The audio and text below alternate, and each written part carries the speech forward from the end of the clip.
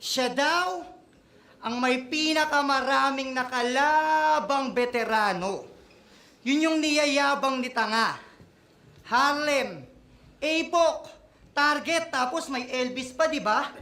M-Site, Jonas, Poison, napakaangas talaga. Tapos isang magandang comeback battle ko lang, congrats!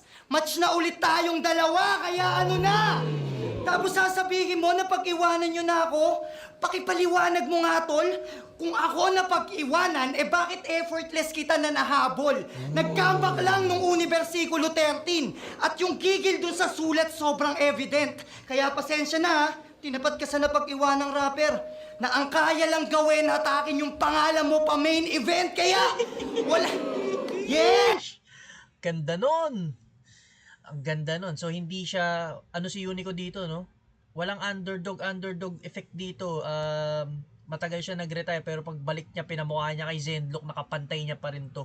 Or kumbaga, nahabol niya na agad sa isang battle lang or dalawang battles lang yung ginawang ni Zenlok run niya na after niyang makalaban sila Jonas, sila Mzite, si Unico after 2 battles lang, ayun na, tapat na ulit sila.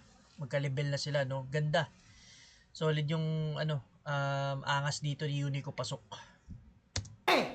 Hatakin yung pangalan mo pa main event. Kaya, wala... Yeah!